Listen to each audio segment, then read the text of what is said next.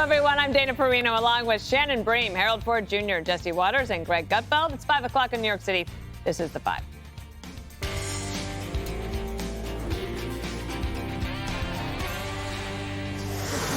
Right now, former President Donald Trump arriving at the airport in D.C. after his third criminal arraignment. Trump pleading not guilty to 4 charges over allegations he tried to overturn the 2020 election. The former president is denying any wrongdoing and accusing special counsel Jack Smith of engaging in, quote, election interference. The spokesperson for Trump's legal team sounding off outside the courthouse earlier. This is election interference at its finest against the leading candidate right now for president, for either party. President Trump is under siege in a way that we have never seen before. People are afraid of somebody that cannot be bought by Washington.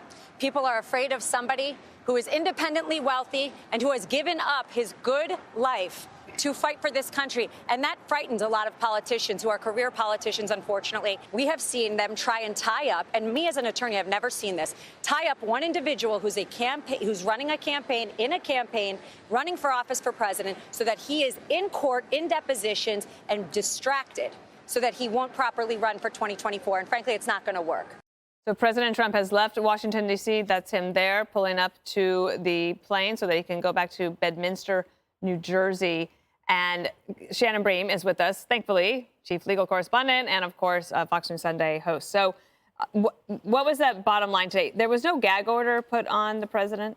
Not that I've heard of from this hearing today, and that would be really tenuous. I've asked his legal team about this before. What happens if you get a gag order? You and I have talked about it, and we discussed with Neil last hour, the fact that every one of his rallies, his speeches, is built around this idea that Washington, the establishment, the, quote, deep state is coming after him. He is what stands between the voters and those guys. And so it's unimaginable that a judge would tell him, you got a gag order, you can't talk about any of these cases, because that is at the crux of every speech he gives. There would be a knockdown, drag-out legal fight with plenty of appeals if that happens. But the judge's purview is to set the parameters of exactly how this works. It looks like we are in hot pursuit of seeing yes, you have the reporters racing racing to try to get over to where the president has just gotten out of the vehicle. And let's see here. I just see some shoes. But this is called the pool. This is the press pool, Jesse, that they are there because, you know, as I've said on Neil Cavuto's show, as somebody else pointed out to me, I just feel like the Justice Department has not won these news cycles the past 3 days. They might have won it on, necessarily like on other networks, but in the court of public opinion, I don't think this case landed the way they thought it would. None of them have. And so usually he doesn't speak at the tarmac. Last time he went back to Bedminster and spoke. It was late, though. Now it looks like it's drizzling, so I'm not sure he's going to like those optics. But I think the country would like to hear from him because there's been a significant buildup here. This buildup has been a little different than the Bragg in even the Mar-a-Lago case. This January 6th case seems a little bit more dark, and we expect, hopefully, to hear from him. I'd like to hear from him. But everything that has come out so far has landed with a dud. And the timing of all of these legal actions has really benefited him. He was laying low. And then all of a sudden, they bust into Mar-a-Lago. And the whole country woke up and thought, oh, my God, this is serious. And no one liked that. And then the Republicans win the House. And then they get subpoena power and start finding out all these scandalous things about the Biden family. And then what do you know? The Bragg indictment comes down. Everyone can't wait to see it. You look at the indictment. And it's a pile of garbage. Jesse, I think the president is going to make a statement. Okay, let's listen. Let's listen in. Well, thank you very much. This is a very sad day for America. And it was also very sad driving through Washington, D.C. and seeing the filth and the decay and all of the broken buildings and walls and the graffiti. This is not the place that I left. It's a very sad thing to see it. When you look at what's happening, this is a persecution of a political opponent. This was never supposed to happen in America. This is the persecution of the person that's leading by very, very substantial numbers in the Republican primary and leading Biden by a lot. So if you can't beat him, you persecute him or you prosecute him. We can't let this happen in America. Thank you very much. Do you want these trials to happen before the 2024 election? All right, there you have the statement. Basically, sad day. He made a point of pointing out how filthy Washington, D.C. is and the empty buildings. He's not wrong there, of course. He says it is a political persecution of the person who is running against Joe Biden, that this should never happen in America. And yet, Jesse, I'll let you finish your thought here because it is. Just chuckling at the graphic description of the venue, have it be filthy, and he didn't leave it that way. But he seemed loose to me. He seemed calm, steady, loose. This is his third indictment. I would have probably been wetting myself. But again, this is now something after the raid and then after you find about Joe Biden. And then you looked at the Alvin Bragg indictment and everybody was scratching their head like, this doesn't even make any legal sense. And so that happens. And then by this January 6th indictment, we're kind of tired of it. And all of them on the media, they say, oh, my God, this is the biggest, this is airtight. And then you look at it and everybody says, ho hum. Yep. But the drama unfolding on the screen really benefits this guy. They follow him around like it's like the Bronco chase. You got cameras in the pursuing him. Reporters are tripping over themselves on wet tarmacs. And Biden's on vacation. He's passed out at the beach. I'm not sure they're winning the media war. I guess we'll have to see what happens in the courtroom. Greg Gutfeld, you've been watching all day. Not really, no. I've been pretty much hanging around, playing with the dog. Did you ever hear the Gutfeld rule that the value of something gets smaller with each iteration? And I think that's what you're seeing with these indictments, as well as what happened with impeachments, is that they just get smaller and smaller and smaller. The value becomes less because they're more mundane. Obviously, here, they just go too far. They go too far. They're going to do it again, and they're going to do it again, and he's right. And Jesse's right. There is a pattern of indictment. It always follows something else. If I was Trump's lawyer, it's so easy. Just say, if it's a crime to say that I've been cheated out loud, then we better start building a whole bunch of supermax prisons with an exclusive wing for Obama, Hillary, John Kerry, Stacey Abrams. Throw in some professional baseball players, some high school coaches, high-stake poker players. Throw me there, okay? Because I sold the most books this week in America, and the New York Times put me at number 6. They cheated. Lock him up. Lock me up. Oh, go for it. I dare you to. But the point is it irrational to think that an election can be unfair? I think it's a bit rich when you see things that have been happening for the last 4 years, whether it is Russian collusion or it's how they hid the laptop, the 52 experts. There's a lot of weird stuff going on, and I think real-world experience teaches you that everything, every institution can be corrupted, can be exploited. The Biden family has showed us that clearly, that, politics, everything, finance, I think what bothers me is the media has spent decades saying how every system is rigged, right? The justice system, housing, finance, the defense industry, the cops, everything is broken. Everything is broken. Except the elections when we win. Right. Yeah. Then it's pristine. It's impervious to cheating. We don't know if the election, by and large, with 50 states, was corrupted or whatnot. It's unprovable, but it can't be proven either way. So I don't understand how you can actually prove this or read his mind when it comes to something like this. It's wishful thinking. Harold Ford Jr., people have missed your voice. You are back here around the table, and it's so good to have you here. What do you think the Democrats are thinking today? I don't know. It's good to be back, though. And I listened to President Trump. He has an amazing calmness about him. He's experienced some of these things, facing a lot of turmoil and a lot of difficulty, as presidents are. He's innocent until proven guilty. One of the more, I think, refreshing things to hear Jack Smith say in his presentation and the recitation of what he's doing a day or two ago was that the president is innocent, and they have to prove the case. 2, I lost a race for the U.S. Senate about 17 years ago, and it was a close race. There were those people, some in my state and some in my campaign, who actually thought we won. Now, I could have gone around telling people that we won and that I'd been robbed of the race, which would be fine, and that would be protected speech. But if I picked up the phone and called 3 Democratic election officials in counties that I had won and said, look, find me 25,000 votes, I think that's what's at stake here. And I don't know all of the facts. I was learned today as I listened to Andy McCarthy, who I think is as good as anybody on any network, I only watch Fox, but as good as anybody on any network analyzing this legally. Note that Shannon's great. Our whole team is great, but I think his experience in the Justice Department is fantastic. He has even indicated that it may be that Jack Smith has more than we know at the moment. Greg, I'd say one thing about the elections. I agree with you on so many things, but on election integrity, remember 60 judges or 60 courts rejected President Trump's claims. Now, your point is we cannot know if everything is done correctly, and I would agree with that. They didn't even look at it, right? Well, None of those guys looked at it. That's not true. That's not true. And women too. Some of those courts did, and it's so unfortunate and I think tragic that we oftentimes preface whenever we talk about courts with that was a judge that was appointed by this person or that person. Remember, judges, like anybody in elected office, take an oath of office, and central to that oath, fundamental to that oath, is to uphold the Constitution. So I believe that any judge, be they appointed by George W., H.W., Obama, Trump, whomever they may, Clinton, whomever, that they're going to uphold the law. Finally, in this case here, remember, whether we like or agree with Attorney General Barr, that was his Attorney General. He believes that President Trump knew these things. Vice President Pence believes, when I say these things, he believes that President Trump knew that he had lost this race and that he was acting with some intentionality. These are things that they're saying, and I would imagine that these people likely are going to be called by Jack Smith during the course of this case. One thing I do agree wholeheartedly with what President Trump said as he got on the plane there was that this is a tough day and a terrible day for the country.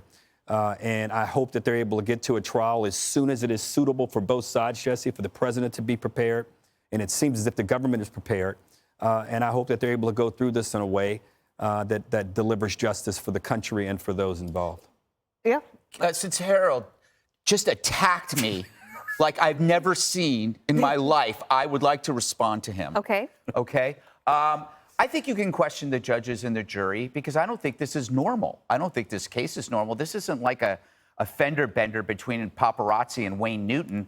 I mean, this is the president of the United States that was portrayed as Hitler in the media. So, you know, the entire jury pool and the judges are poisoned.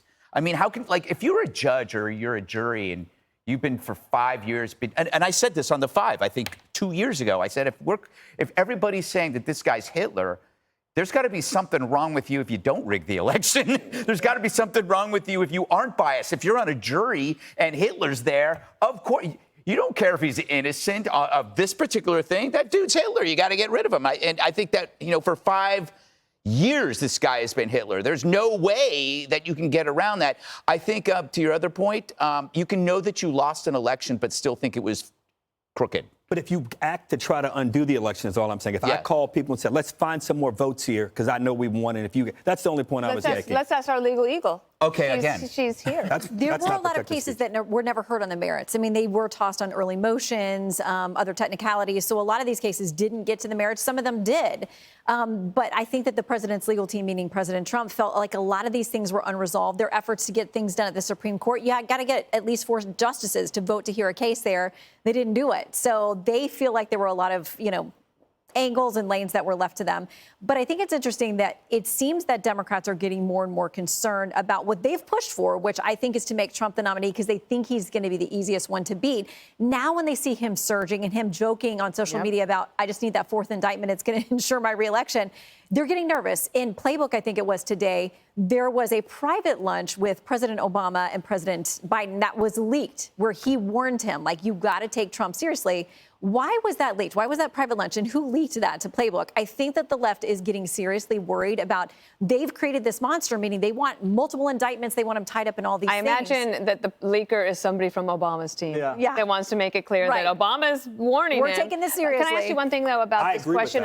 I agree. Trump is a more serious Jack candidate. Smith, wouldn't he have put all that he had into this indictment with the court of public opinion being like this unprecedented? Would he actually hold back all of these other, like, supposedly great nuggets and evidence then present at trial? He would hold it back? It's possible that not everything is in the indictment. That's clear. It could be hundreds of pages long then. But think about former Attorney General Bill Barr in an interview last night said he is convinced that there is a lot more that Jack Smith has that he hasn't put out there. Remember when former Vice President Pence was forced to testify to one of these grand juries? We saw the transcript. There were 18 consecutive pages at one point blacked out. So there are a lot of questions about what else did Pence have to say? What else don't we know that's been held behind closed doors and for the grand jury to this point? And again, what you present to a grand jury and how you do this at trial, very different. There's no one defending the defendant at the grand jury hearing. So when you get to trial, we'll see a lot more. Do you guys want to see some Democrats losing their minds? Sure. We have Harold that here. votes no. Just walk Let's outside. play it. I love America. What about Sonny if he makes a deal with Smith? Without jail time? And without jail, he says, look, I'm going away. I'm moving to Saudi Arabia. I just want him to go away and stop ruining my country. There are That's certain all. prosecutors that would offer him a plea agreement without time if he would agree to never run for public office again anywhere. Democracy itself is really at issue in this trial. If Trump could get away with what he's done, what he's charged with here, then we don't have the democracy we believed we had. To me, this is really going to be about whether people in this country care about the facts and the law. It would be, Wolf, the end of our democracy if Donald Trump was able to get back into office. Jesse Waters, that was just a sampling of the reaction. They said that after the midterms. Remember, democracy was supposed to be over if the Republicans won the House. So we don't have one technically right now, if you listen to them. The View does not seem confident that Jack Smith's going to be able to bring this home. Agree. If they're fantasizing about some sort of ridiculous plea where he goes and lives in Greece. It just seems like Trump's traveled more to arraignments than Biden's traveled to swing states. He's been zigzagging all over the East Coast, and Biden's been asleep, or at least like in Delaware reading a book. It doesn't look good for Joe Biden right now. I'm starting to agree with Greg. I hate to say that. Ugh. Signs are pointing that he might not be the nominee. And I want to bring up what you said about Barr. Some really smart lawyer earlier on Fox said that if they're going to bring in Barr as a witness, they get to cross Barr and say, okay, well, you told Trump there was no election fraud. What'd you do to investigate it? How many man hours did you spend? How much money did you spend? Where did you go? What did those lieutenants tell you? I mean, you can't say everything's fine. It was like 2 weeks he checked for fraud. Okay? Everybody has the right to be suspicious in this country. If you have a COVID election where they blow out all of the signature requirements, they blow out all of the deadlines, and then they blast out all these unsolicited ballots into the ecosystem with no chain of custody, you're not suspicious. You have a right to be suspicious. And all these state legislators had no power to do anything about it. It was just done via judicial fiat. And then Zuckerberg lands, I think it was $500 million, layers over all of these election volunteers, all over the state worker act. These people were activists that were running this thing. So if someone sends you an affidavit that says there's monkey business in Detroit, the president has every legal right to call the Michigan state legislature and say, can you guys look into this? Maybe you want to send an alternative slate of electors for me. And by the way, it's not a big deal to send an alternative slate of electors. You know what they did when, a half dozen alternate electors came in? They had the real ones, then they got the alternative ones, and then they just threw the other ones in the trash. That's it. It didn't mean anything. It's just an alternative elector. That's it. But Jesse, no president has ever done that before. Well, they did it in Hawaii in 1960. They had an alternative slate. It's fine. It's been done before. And the other thing is, why can't you just ask Mike Pence to do do that? Did you Mike just Pence said no. An election from 1960 in Hawaii? In Hawaii. You're not Jesse Waters. Take off that mask.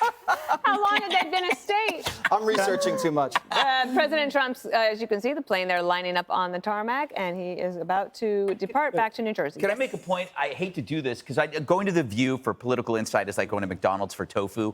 But they said something that was true, and that is it's not about an election or a crime. It's about taking him off the board. Mm-hmm. It's like they just want him to go away. They just want him to go away. And it's like they're playing a team in which he's the best player that they got. Sorry, Republicans, but where are the others? And so they just want to take him off. So they just actually told the truth that they're willing to do anything to get rid of him because they can't play fair. I agree with you. Yeah. And that's you can't do that. As an American, we know the Constitution requires a couple of things to run for president. And it's not to be approved by The View. You have to be a certain age. Yeah. You have to be born in America. You have to be an American citizen. Democrats or anyone who wish something like that in their political opponent is that's un-American. You have to beat someone at the ballot. You know, the other thing is that I've been noticing at the ballot box. Let me just ask you about this, Greg. Is that the Democrats are constantly so disappointed and disgusted with Republicans because they keep saying, if you listen to NPR, for example, they'll say, They just cannot believe that Republicans would stick with him, even after all these indictments, like even after all of these legal problems, and they stick with him and they cannot figure it out. That's a terrible impression of NPR. It has to be more like this. I can't believe. I'll give it a try next time. Although I listen at 1.5 speed to get it over with faster. Why are Republicans still sticking to the person that we can't stand? We hate him so much. Why don't they hate him too? It's because you hate him so much that they love him. Because he scares you because they support him. That's the whole thing. So the more you throw this stuff at him, again, like I said yesterday, it's spinach to Popeye. You know, the more indictments, the impeachments. By the way, that impeachment's got to feel pretty weird right now. The first impeachment, the perfect phone call, when it turns out he was dead right. Yeah. Think about that. Yeah.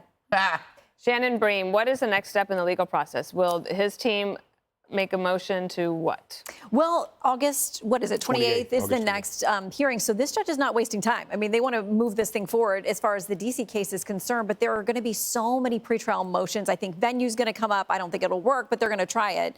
I think all kinds of other motions. The Mar-a-Lago case, because there were classified documents and so many things involved there that you got to vet before you get to a jury, there's a lot of pretrial wrangling that's going to happen in that one as well. We talked about Georgia? This.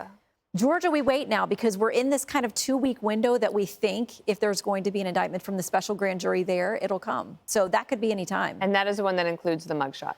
That's the sheriff has pledged. If there is an indictment of President Trump, he will get a mugshot in Georgia, unlike these federal cases. And that will be the most, probably the most profitable T-shirt ever made. Of all time. We talked about mugshots last week. Dana, you weren't here, but we talked about, do you practice for your mugshot? Would you? I've thought about it. You got to be prepared. You want to be smiling, but not like a crazy person, but smiling like I'm innocent.